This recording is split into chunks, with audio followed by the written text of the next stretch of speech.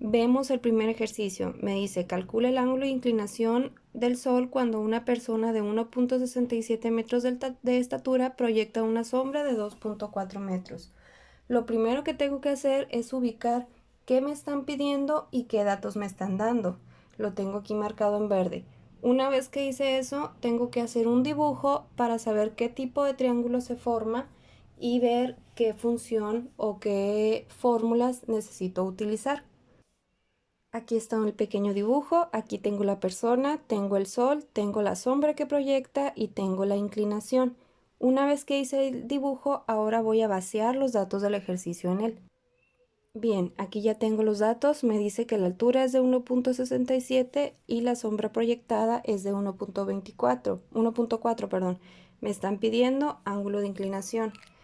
¿Qué tengo que hacer? Tengo que ubicar lo que me están pidiendo. Si se fijan, aquí este ángulo que se forma es de 90 grados, por lo tanto este triangulito va a ser un triángulo rectángulo. Ya sabemos que para hacer cálculos de triángulos rectángulos se utiliza o el teorema de Pitágoras o las funciones trigonométricas. Y como aquí me están pidiendo ángulo de inclinación, entonces voy a utilizar funciones trigonométricas. Ya sabemos que las funciones trigonométricas son estas tres son las fundamentales. Es el método SOHCAHTOA lo que vamos a utilizar. Para esto tenemos que ubicar en nuestro triángulo rectángulo con qué datos contamos. Vamos a observar, ahora ya no les vamos a poner ni altura ni sombra, los vamos a llamar catetos.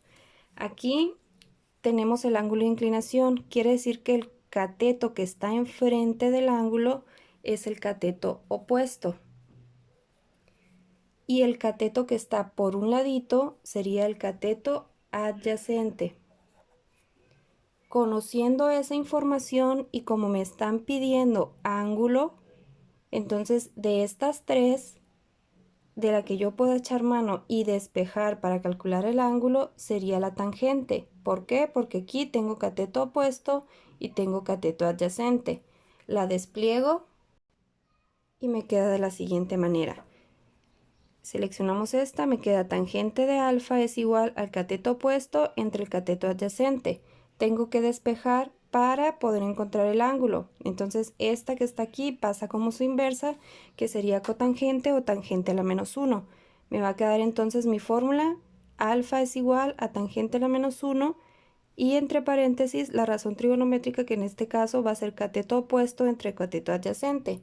La transformo para hacer el modelo trigonométrico. Con la fórmula base, el ángulo, o mejor dicho, el modelo, perdón, me quedaría de esta manera. Tomé esta como base para trabajar el modelo. Me quedaría ángulo de inclinación del Sol es igual a la tangente a la menos 1 de la altura sobre la sombra.